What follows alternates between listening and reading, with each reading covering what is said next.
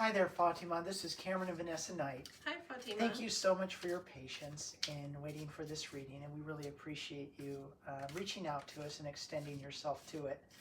I'm really glad to greet you with a reading at the end of this year, 2025, if this is the calendar by which you operate and navigate your life like most of us. And so, because you asked for the next few months, that's what we're going to do, but we're going to also offer you a card for the year 2026, just because we're right at that time. So, for these types of readings, what we like to do is we like to draw 3 cards and just kind of let it flow. So, with that said, all right. First one. Is this the Four of Wands? It's the Four of Wands. It's a wonderful card. This is a celebratory card. And it's a beautiful type of celebration. It's not like a misguided celebration or something that's ostentatious or out of line with what's going on in one's life. It is a celebration of wholesomeness, of family, of friends, of being on the right track. There are all sorts of ways to look at this card. Some can be overtly communal and celebratory, and at the same time, it can have to do with how one is living their life at the time and the way that they are blessing other people. So this speaks very well of you and what you have to look forward to, and the karma, in a sense, if you don't mind the word, that you have accrued for yourself to ingratiate yourself into this good vibrational motive being or archetype. Do you have anything else to add? I couldn't have said it better. Okay, wonderful. That's a great start to the year. Yeah.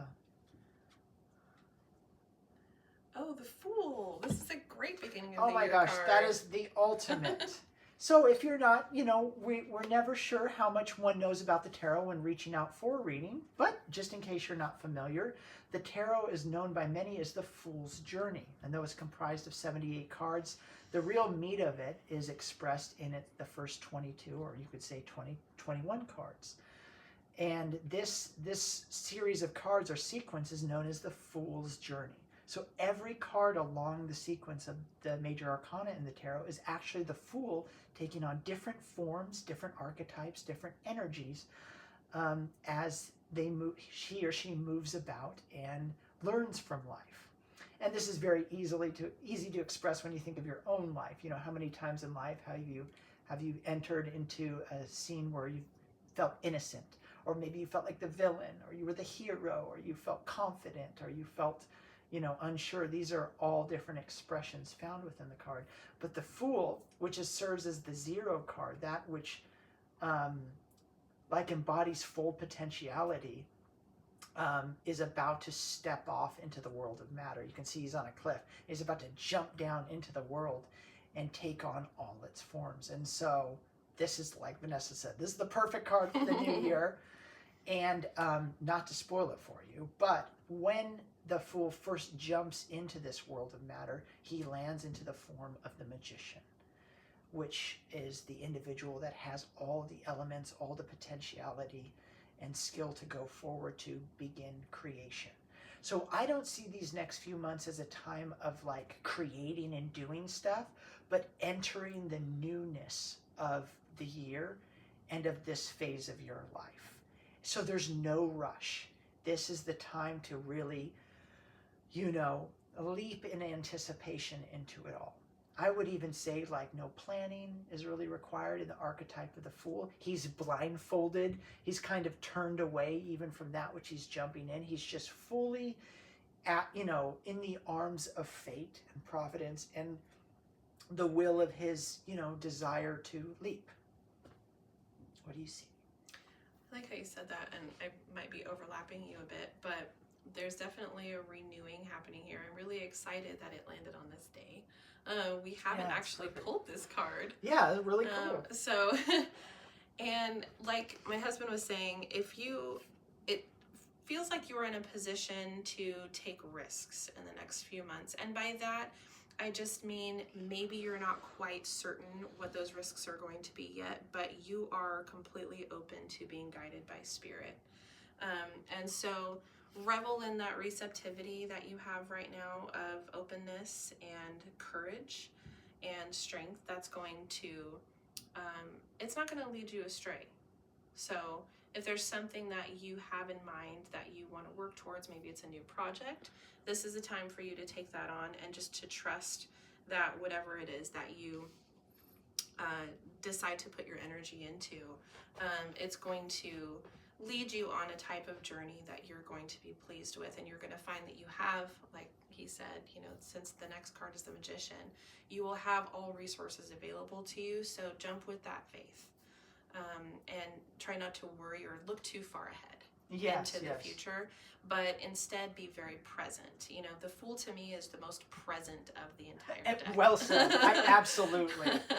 And I actually strive to be like the Fool every day, where we can always conjure that type of newness, because it has to do with perspective mostly, and also in alignment with the world around us. Yeah. So you're in an amazing position for that to take off. I like how you said the Fool was, did you say like a very brave or courageous kind of figure? Mm-hmm. And I almost thought, the Fool is like even braver than like the Courage card itself, because like, when you have courage, you're trying to kind of like overcome or like conquer your fear. The Fool doesn't even have fear, because this figure dwells in the space of perfect spirit. He knows that by jumping forth, or she knows by jumping forth, like everything in that world of matter is going to be for her understanding. And so it's kind of like a come what may type of situation, where it doesn't matter if it's, a seemingly, difficult or adversarial or anything. All of this serves to cultivate and expand the spirit. And so, anyways, what a perfect card. Yeah. All right. The Seven of Swords. Okay, this card, to switch gears a little bit on you, is known typically as the card of treachery or deceit.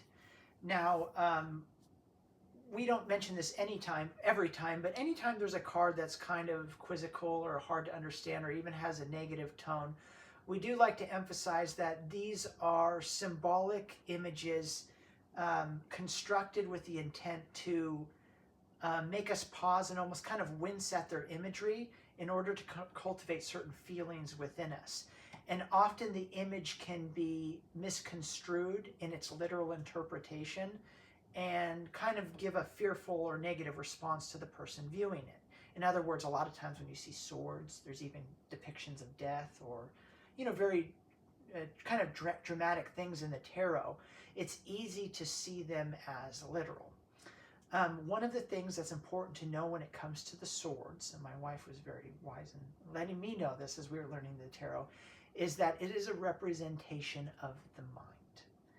And so you are not seeing necessarily a betrayal that's happening in kind of the world, so to speak, but how our mind has the capacity to deceive us and to take over in ways that do not serve us. We should be very grateful for our mind and for its logistical ability to navigate this kind of terrestrial landscape so we can survive. And it does that through a series of things, that are beneficial when kept in their proper order. Even fear, even doubt, even skepticism, all serve their function.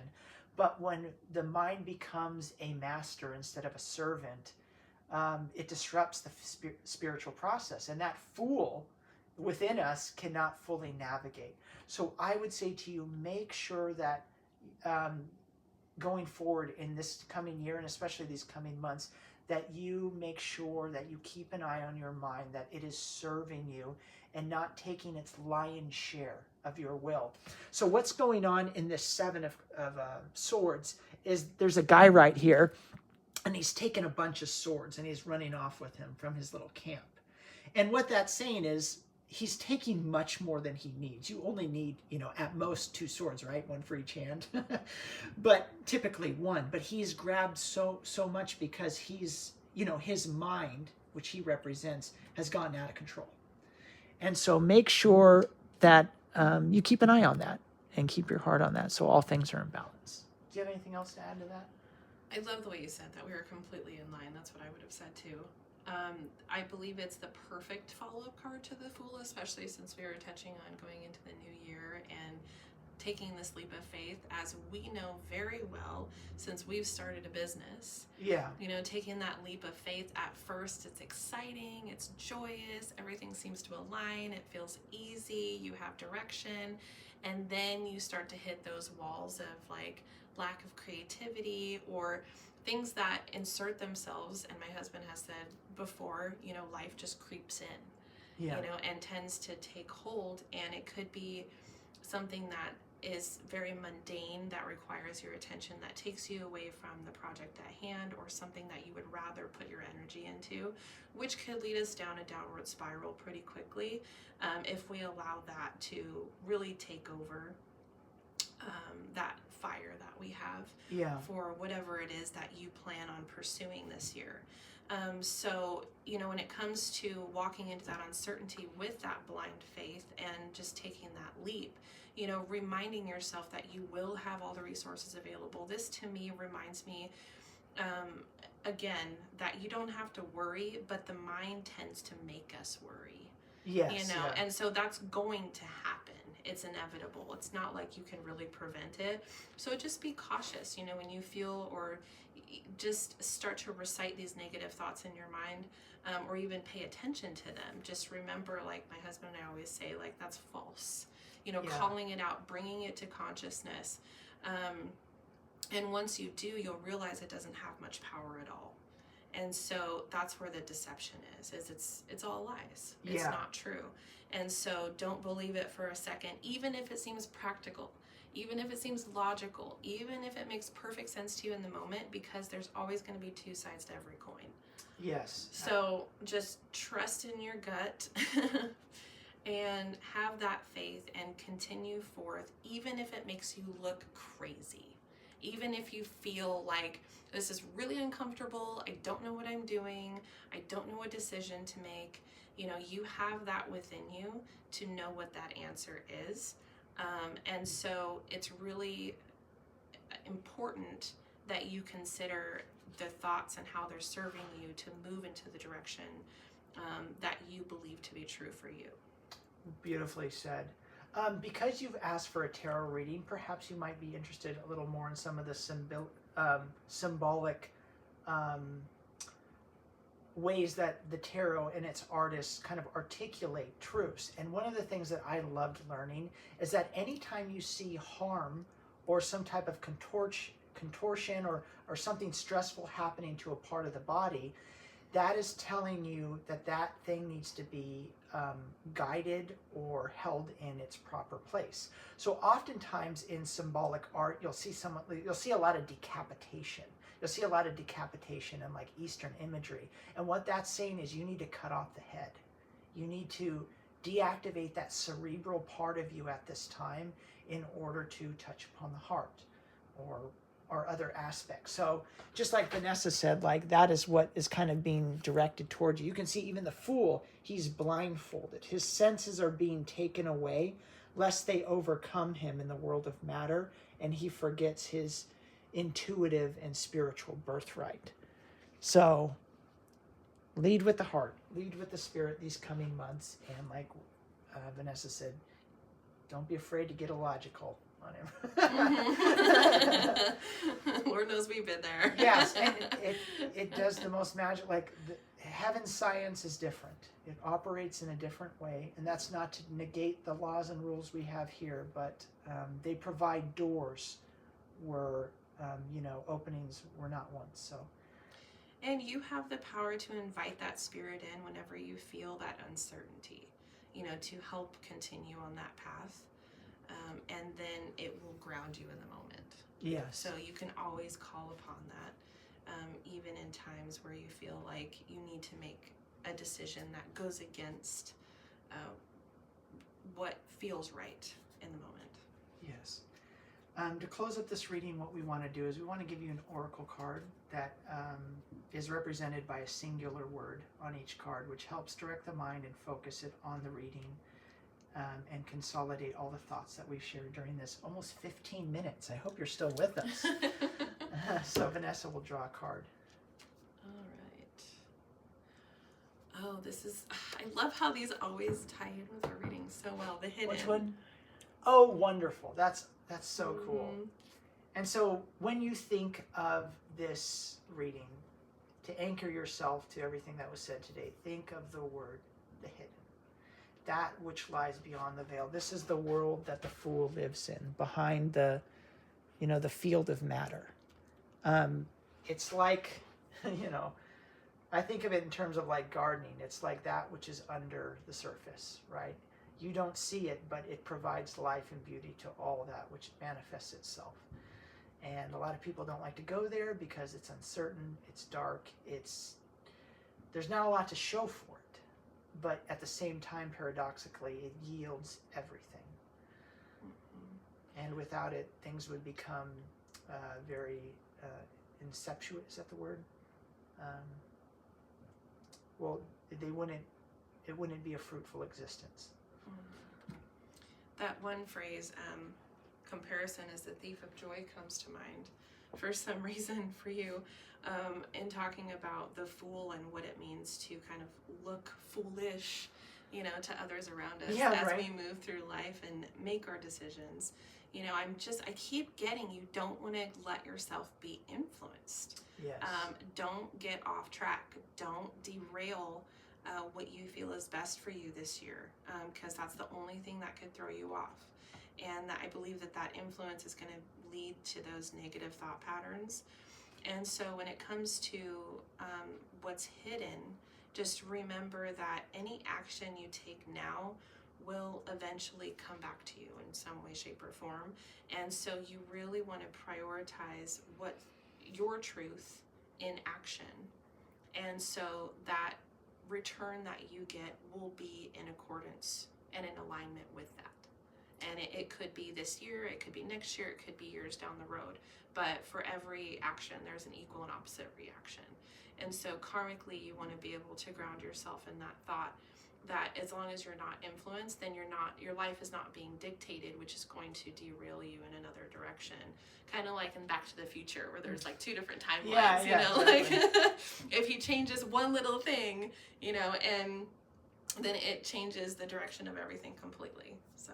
Yeah, and to piggyback on what Vanessa says, we're very good at piggybacking back and forth, and then it ends up going on. So, I read a quote just a couple days ago in a book in our bathroom library that said, it has been noted by many that sanity is often defined as sharing the hallucinations of your neighbor.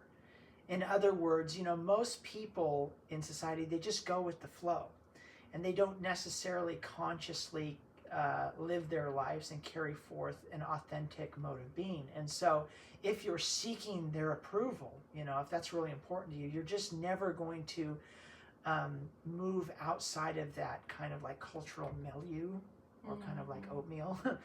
And we should do that for multiple reasons. One, for our own sake, but also to be able to lead and to teach others by our example. And I see that as an offering for you. And so I think what Vanessa has encouraged you to do multiple times in this reading is the most sound part of this reading, which is listen to that inner. I don't want to steal your words, but don't be worried what other people are saying.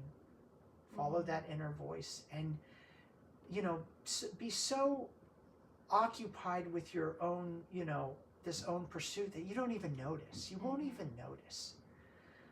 That's true. That is a science. And most people lead with fear, right? So if you allow them to project, then you want to be able to know, at least having that understanding where that's coming from, I think will help. And once keep you grounded. Yeah, once you're able to wiggle your way out of that frequency, it's like cutting off TV or cutting off a bad habit for a time, and then you go back to it maybe and you think, why was I ever interested in this? This is the same old thing. It doesn't hit like it used to. I'm embarrassed this even intrigued me at all. And I can tell you from experience that when you pull yourself out of that need to please the masses, so to speak, and then you ever dip your head back into it after a long reprieve, you wonder, what was I thinking? Life is so much more fruitful and truthful and dynamic when I'm in this space of the fool. So, is that you? Yes, Okay, I'm done talking now. wonderful. Again, I hope you stuck with us, and I hope there were a number of things or some things in here that were helpful to you. Thank you so much for your patience again, and we wish you every good thing Happy New Year. this coming year. Happy New Year. Bye-bye.